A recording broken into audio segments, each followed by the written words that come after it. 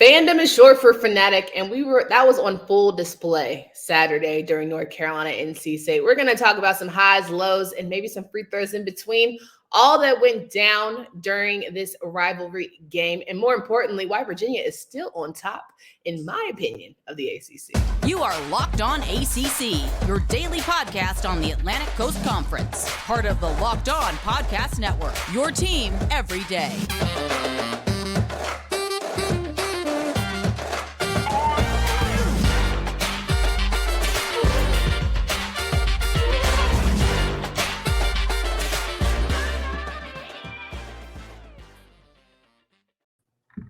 What's going on, everybody? Welcome to today's edition of Locked On ACC. I'm your host, Candace Cooper, joined by Kenton Gibbs of Locked On Wolfpack. LinkedIn Jobs helps you find the candidates you want to talk to faster and for free. Today's episode is brought to you by our friends at LinkedIn. Post your job for free at linkedin.com/lockedoncollege. Terms and conditions do apply. We're rocking and rolling. Kenton gives of a good weekend. Saturday and Sunday, we had a lot of great basketball matchups, and it was very high intensity, high energy, and all things in between during some of those games. And we're going to talk about all of those. But first, how are you, friend? I'm living. I'm all right. You know what I mean? I'm above 6 feet, so that's all that matters to me. I am good and still drawing fresh air. So it's a win. A win is a win.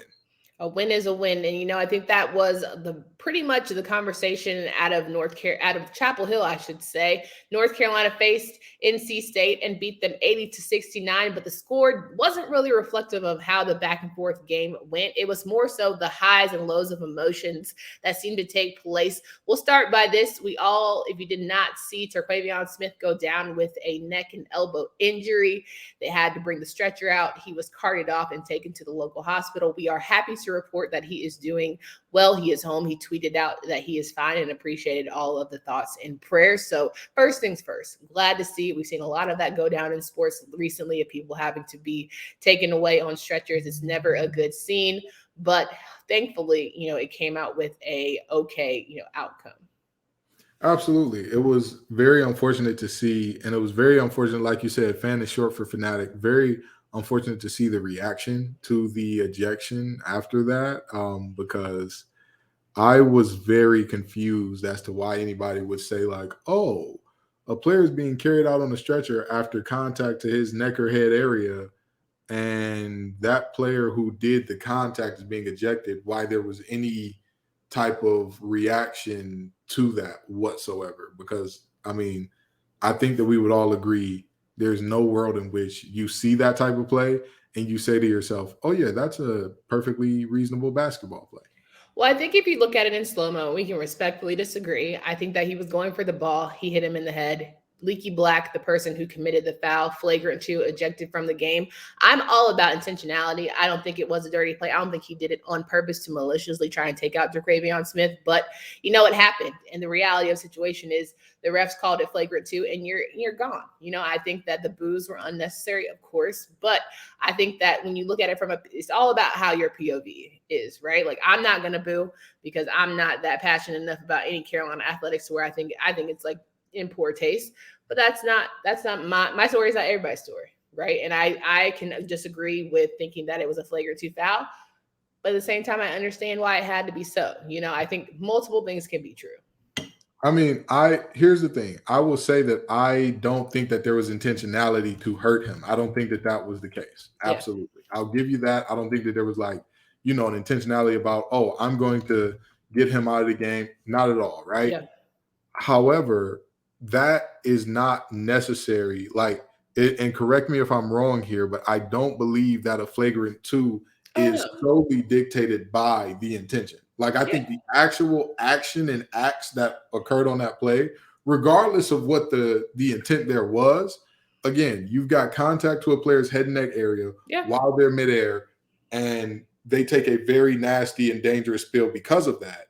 To me, again, I don't see how, and I think that we both agree that any type of reaction to that beyond oh, we hope that kid is okay, any booing of a player being ejected in that situation is beyond in poor taste to me. But I think two Especially things can be given, true. But I think two things can be true. Sorry to cut you off. I think the people were bad for booing, but I also think nobody, especially from State, acknowledged that people did pause, clap for Terquavion Smith, thoughts and prayers. People were praying and all the things. So I think when you're heated and you're already upset, you're immediately going to look at the most negative thing possible, right? You're not going to say, okay, well, they did clap, they did make sure he was okay.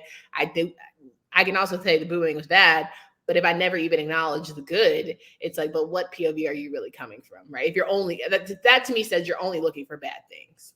well, then the question becomes, I mean, it's almost as if a situation where at the end of the day, in most things in life, when you do what is expected of you, it's the old saying of, am I going to reward a fish for swimming, right? Like, am I going to reward you for being a decent human being here, as opposed to, chastising those who did not? And that's what that question comes down to.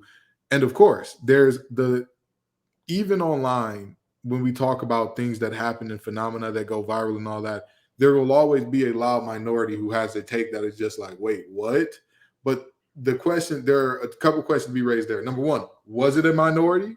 Was it just a small group of people that were booing, or was it a good amount of the fan base to where it is like, hold on now, there's enough of these fans to where that is a significant problem that needs to be discussed, as opposed to, again, am I going to applaud a fish for swimming in that, congratulations, you were decent people, and like, when you did not know what was going on with another human being on a stretcher, you did not boo because your player was ejected. Like, but I also think, like, let's be honest with ourselves too. Rivalry renewed, right? I'm going to be perfectly frank here. I don't see people in Raleigh not booing a situation where they're all clapping and everyone's doing like the hokey pokey. Like, I think it's based on fandom, fanatism, whatever, verb, it's whatever adjective, correct term there is. I think that when people are in the heat of the moment, I have seen ugly on both sides. So we can't sit here and say, oh, your class is over here, oh, you're respectful over here. I don't think that's fair. Again, from what I have seen, I am yes not. But yes or no? Do you think that in fandom there is people try and draw these lines of classless, and whether there is, good things happening, bad things happening? We're not about to sit here and pretend, right, that it's all kosher on but one side, right? Absolutely. I just want to make sure we're having a very clear discussion. There will always be the question of how much of your fan base is it? There's always that question. And even beyond that, even the things surrounding it, in terms of people posting a picture of Terquavion out at the club 2 weeks ago, as if it was tonight, and somehow being like, oh, that, or last night. But again, I think you're going down rabbit holes. I think you're going down rabbit holes. I think people can do that on both sides. I think people can be disgusting and ugly on both sides. I think that's what rivalry is. It sucks. It's not good. If you can point out when somebody was that disgusting, watching somebody be taken out on a stretcher and booing on the other side, then absolutely there's an argument there for that. Okay. But there's nothing in that realm of like, oh, okay, it's naive to say that that's never happened. It really is. Like, respectfully, it's naive to say like things of NC State fans has never been ugly and gross. It's again, I am right here with you. Trust me, like we've already discussed, fan is short for fanatic. Find me a UNC player being taken out on a stretcher and somebody. But it doesn't have to see. That's if you want to go apple for apple. When there have been other scenarios for UNC that have shown ugly sides of NC State. We can do it. We can do it. I'm asking anything. But I don't have to live. I don't have to live on message boards to see it. And so what I'm saying is anything to that level or beyond, I'm with you. Anything to that level or beyond, if you're like, oh yeah, this moment comes to mind instantly, because this is one of those things that you kind of like, that's kind of going to be etched in your memory for a little bit. Like, as much ridiculousness as we see in sports, there are moments that kind of like, you're like, wait, what just happened? And this is one of those that kind of gets etched in your mind, is like, was there a good chunk of the crowd booing that ejection? Oh no, we just. I honestly, I hear you. I think it all ultimately boils down to POV. I think that, if you look at it from if you are not objective to it, or not, if you're subjective, you're not going to find a positive outlook or anything wrong about, the opponent. You're always going to say the opponent is bad. Like, that's just what I think when it comes to rivalries. I think if you want to find the bad in somebody, if you want to say like negative things, if that's what your heart is set on, it doesn't matter what they do good or in between. Like, you're dead set on being like, oh, these fans are this way and they act like this way. Like, that's my opinion. I mean, absolutely, absolutely. And you could point to the moment of Armando Bay Cop wearing the shades and all that, and saying the first thing that he said was, I hope Terquavion is all right, and I hope that he's healthy and fine. But again, there's still the bias in pointing that out by itself without also pointing out, oh, he also did the first thing that he said was hoping that Terquavion was okay. So yeah, you're right that there is, folks spinning narratives. And like I said, narratives are being spun. And it is not just like I said, with the whole, picture him out at the club. When was the picture taken? Or Bay Cop wearing the shades and what was the first thing he said? What did he not say about Terquavion, whatever the case may be? There's narratives being spun on both sides. But in talking about the actual play in which he was hurt and the reaction to it, that was something unlike what I have seen. But people reacted to the ejection. They did not react to the play or the person's injury. And I think that's a stark difference. And that has to be said. I think the booing sucks. The booing sucks. But there is a difference that even you saying that now is painting the narrative of people saw that man go down and just were like, boo, and really upset. Like, it has to be a little more defined than that. And again, so in saying they booed the reaction or they booed the reaction of the flagrant two to the actual play, even still, I'm looking at a moment where you see that somebody was taken out on a stretcher due to an act to their head or neck area in the air that caused them to take a very nasty spill that all of us would look at and say, if you have children or even yourself would not want to take that type of spill. If you're going to look at that and say, I wouldn't want myself, my kids, my family taking that kind of spill, and there was a blow to the head or neck administered that caused that. And you're going to say, I don't feel like that was a flagrant two. That is by the definition what a flagrant two is. And that is what is like, why are we even booing here? Because even if you think that it was even if you're like, oh, Terquavion is okay and I know he's going to be okay, it's still a very clear, like, that is it by definition. But you're asking fans to be sensible in a moment. Like, somebody was taken out on the stretcher. That is you're asking people to be sensible in a moment of fandom. Like, and again, you're asking too much of people, and I agree to disagree. All right, guys, as we're talking about small business owners or hiring managers, you know that success in 2023 all depends on the team members you surround yourself with. That's why you have to check out LinkedIn Jobs. LinkedIn Jobs, you can hire qualified candidates more efficiently by matching open roles and people who have the skills, values, and experiences to help you achieve your goals. LinkedIn Jobs makes it easy to screen and rate applicants based on your job qualifications all in one platform. That's why small businesses rate LinkedIn Jobs #1 in delivering quality hires versus leading competitors. LinkedIn Jobs, finding those candidates faster. Go to linkedin.com/lockedoncollege for more details. Terms and conditions do apply. So the positives that happened during that UNC at North Carolina game, Armando Bay Cop became Mr. Boardman himself, beating out Tyler Hansborough for the most ever boards for a UNC player, which is outstanding considering Tyler Hansborough is arguably one of the best collegiate players of all time. Argue with your mama, do whatever you got to do.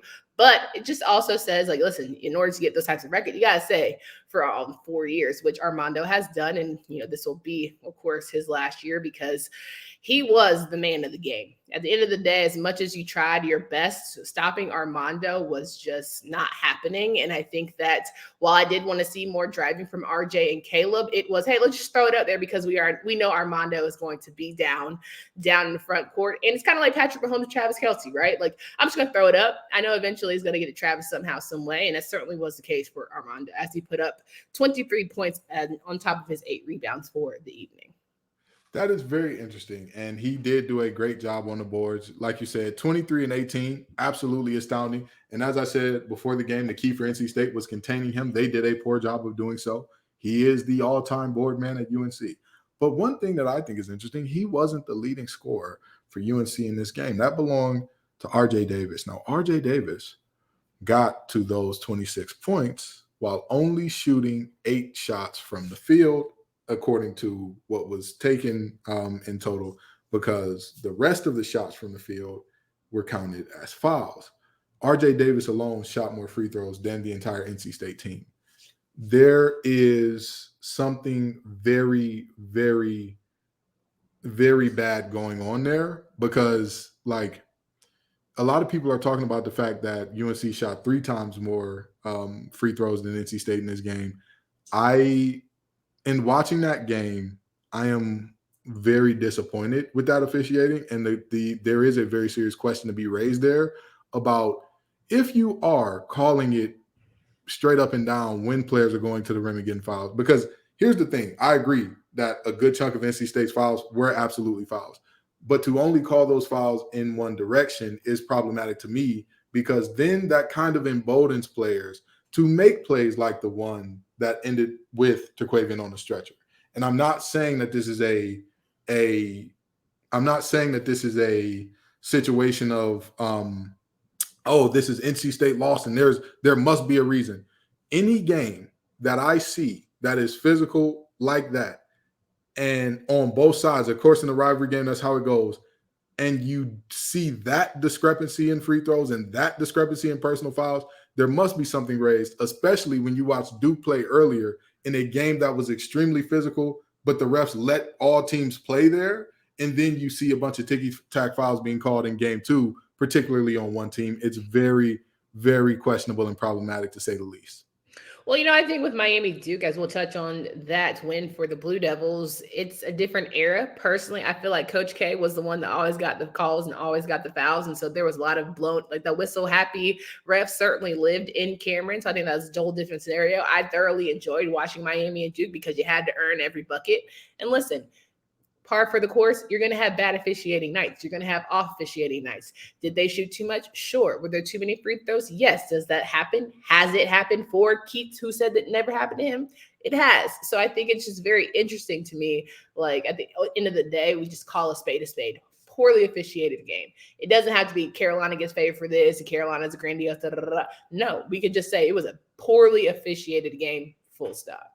It was a poorly officiated game, but that poor officiating definitely benefited one team more than the other in this game. 100%, but that's not a reflection of who Carolina has been this whole season. Absolutely. And it was a close, like, even with all the things that were going Carolina's way, NC State very much had an opportunity to win this game. And arguably, had Terquavion not gone out, may have won this game. Right?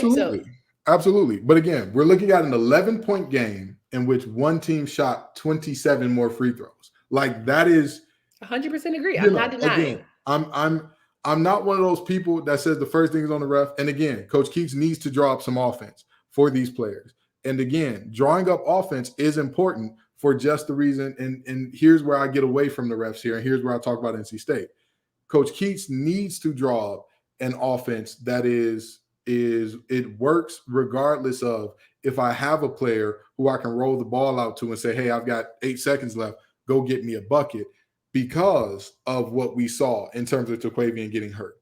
You never want to be in a spot where you are stuck with this player or my players have to make big plays in isolation in order to keep us in the game and in order to win the game. Because the reality is that's never going to work for you if you're not getting the 5 stars, the guys who are going to the NBA next year, all that. You're not going to win a lot of games, and especially when you're in a position like State where you're counting on one guy who's going to the league, who's going to be playing probably big minutes in the next 2-3 years for somebody in the NBA in terms of Terquavion Smith. Because again, if he goes down, then what does your offense become? Because it was predominant, he dominate the ball heavy. So yes, NC State, absolutely. There were many things that NC State could have done better. Absolutely no ifs, ands, or buts about it. However, to say that, there is no, it's hard to say that the refs and the officiating had anything to do with the final outcome. To me, that is delusion at its finest when you look at a game that was as close as it was and that big of a discrepancy. And if you actually watch the game, which I know you did, which I know a lot of our listeners did, if you actually watch the game and see some of the plays where you see players from one team going to the basket, getting put on the ground hard, and you're like, All right, cool. There's going to be a whistle there, and there is not. And then on the other end, there's a whistle But on the yeah, slightest touch. There's sure, but there were issues from both sides, right? Caleb Love didn't knock himself in the nose and have a nosebleed, right? Like I think it was hard playing collectively. It was BS a little more for one than the other. Wholeheartedly agree. Nobody's denying that. But like I said, the man didn't get a nosebleed by himself. He didn't get a hard elbow by himself.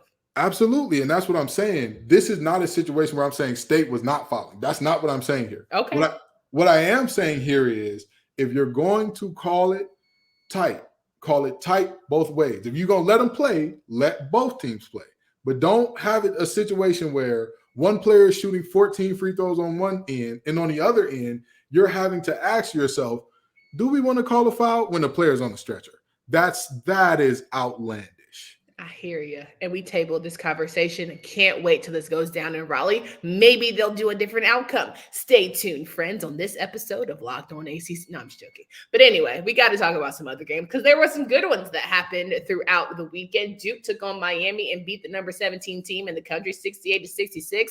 Whew, if we needed a vitamin C Ivy pack for my boy Isaiah Wong, it wasn't until the second half that we saw him get busy, and it just wasn't quite enough. But your man that you couldn't pronounce on Saturday, he ended up coming through clutch for the boys in orange and green. And I was just sitting here and saying, like, it was right there for Miami. It's tough to lose in Cameron, though. You know, at the end of the day, I said that the key to this game for Miami was doing what? Starting fast. The key to this game for Miami was starting fast, putting Duke in a position to where, again, you're never going to shut up the crazies. You're never going to shut up the Cameron crazies. That is not on the table. That's not an option. But potentially having them be less loud than what they were, yeah, it's on the table. That's a possibility. Right. Miami was wholly unable to do that. Wholly and totally unable to do that. They came out from the beginning of this game forward, not playing like a team that was saying, if we get up enough or if we put our foot on their neck, we know that the second half is ours. They did not play in that type of manner. They didn't play with that type of urgency out the gate. And I know that some people are looking at this saying, Ken, it was a back and forth game out the gate. Yeah, sure. But I think that Miami is I think that they're a good amount better than Duke to where that game should not be neck and neck, back and forth. And yet it was. And like you talked about, Miami's big man, he showed up, he did his thing. Wong showed up, did his thing in the second half. But again, if you show up earlier, Wong, all the guys that are needed, and even with Wong showing up in the second half, it still wasn't nearly what is expected of him. If they show up when they're needed, you're looking at a very different game than what we actually saw. So credit to Duke, credit to Filipowski, credit to the guys because they did what they were supposed to do. Credit to Jeremy Roach for coming up big in this game as well. Huge. Because at the end of the day, this was a physical game. This was a knockdown, drag-out game. And Miami being a second-half team and not winning the second half, credit to Duke. Credit to Duke. Credit to Duke for not letting them get out to a lead early, and credit to them also for knowing when it's winning time, despite their record in close games, despite how they play in the second half, we got something for them. I know for Jeremy Roach has been back and forth with his injuries, but it was just very, telling and how essential he is going to be needed for the postseason for them to have any sort of run, just to have the energy of what he could do, how he creates the offense, how he's able to facilitate it. He is a critical component for how Duke, ebbs and flows. And I know we talk a lot about that with Isaiah Wong, but Jeremy Roach is almost right there with, the Duke Blue Devils in terms of how he leads that team. Other games to touch on: Syracuse took down Georgia Tech 80-63. Boston College beat Notre Dame at home 84-72. Florida State took care of Pitt 71-64. You also had Clemson come in clutch, beating Virginia Tech 51-50. My Lord, you want to talk about some heart palpitate, whatever. I wanted to watch my Giants and Eagles, and I thankful for Hunter Tyson, who said, I don't want you to go into overtime. I don't want to go into overtime because, Candace, I know you have to watch this game. So I was very appreciative of him. I just knew he was doing that for your girl. But a bigger game to watch of the weekend, Virginia and Wake Forest. Virginia headed down to Winston-Salem, and the Demon Deacons weren't able to defend the Joel, but I think it was one of those situations where Virginia is just letting y'all and reminding y'all how good they are with foul trouble from Kihei Clark, with foul trouble from Mr. Beekman. I think that it was just critical for them to still stamp their point of being an offensively sound team. And damn it, if they didn't make them threes like it was freaking hot butter biscuits, it was raining in Winston-Salem on Saturday. I think that, this Virginia team is your standard Virginia team in that you don't know where the offense is going to come from on a given night. I mean, everybody talks about McNeely being good in the future and how, McNeely's going to be the future of this program and all that. He was their third leading scorer on the night, despite coming off the bench and not even being the bench player with the most minutes in this game. You look at, like you talked about, Kihei Clark having foul trouble and all that good stuff. But then you got Franklin showing up with a huge 25 and 10 double-double in this game. Done shooting threes out the where did that even come from? Only has shot like 3 threes in his whole freaking time at Virginia, and all of a sudden he was making them like it was water. I'm like, okay, like this is just not even fun anymore for the Demon Deacons. And of course the Demon Deacons with their with their main core of guys in terms of Appleby and Monsanto and Hildreth, they went off, but the other guys did not get theirs, and that was the problem. And that's kind of what the pack line defense does, right? Or the backline defense, however you pronounce it. That's what Virginia's defense does. Your very talented scorers, they're having a good night. They're going to get off, but the other guys won't. And that's what it counts on. 100% agree. I also think Monsanto had the moments where either he is just magnificent or he makes you want to pluck your eyebrows out. And it was one of those games where he was shooting and you're like, bro, what was the thought process behind that shot?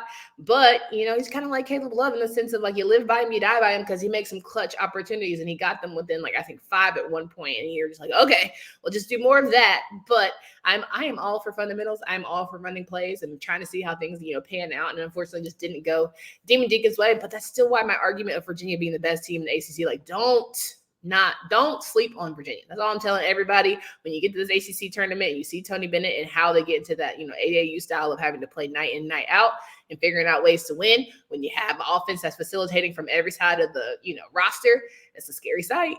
That's a scary, dangerous sight.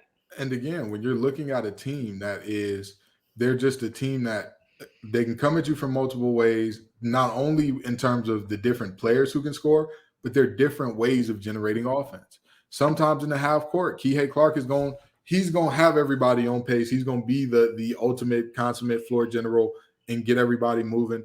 But at times, you're going to see some guys kind of run some ISO ball on you and figure out how to get a bucket, because I'm going to tell you what, Armand is looking good in that role a little bit.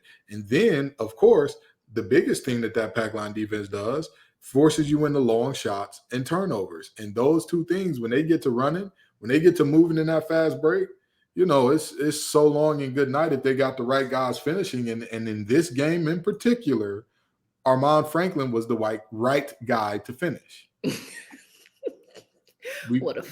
Hildreth was the white guy to finish, but that's neither here nor there. We're not talking about that right now, folks.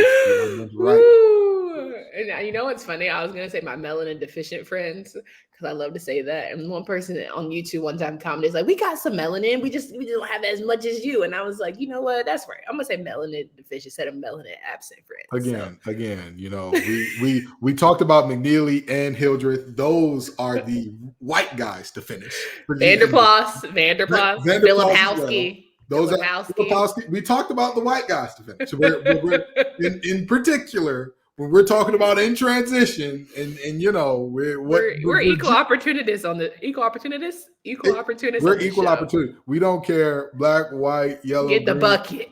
Avatar blue. If you can put it in the rim, that's what matters to us here. Period. Locked On ACC. Period. And that's a great way to end this show. It's always a pleasure to have conversations with you, Kenton. And I know we got to have you back because, we didn't get to touch on in full depth of our women's programs, but I got to give us a whole show for that because I don't want to give us just a couple of minutes. So make sure you guys come back tomorrow. We'll touch on the Sunday matchups for the women as well as preview some of the games that are happening for the men. There's a lot going on for ACC basketball. Don't miss out on it. But if you want to hear more about basketball in general, head to Locked On College Basketball. Has a great show and opportunity to learn more about what's going on around the country. So as you prep for NCAA tournament, you're trying to figure out how our ACC teams are going to fare, you know, by following Locked On College Basketball or wherever you want to listen to some podcasts. Locked On Podcast Network has it all for you. For Candace Cooper and Kenton Gibbs, until next time.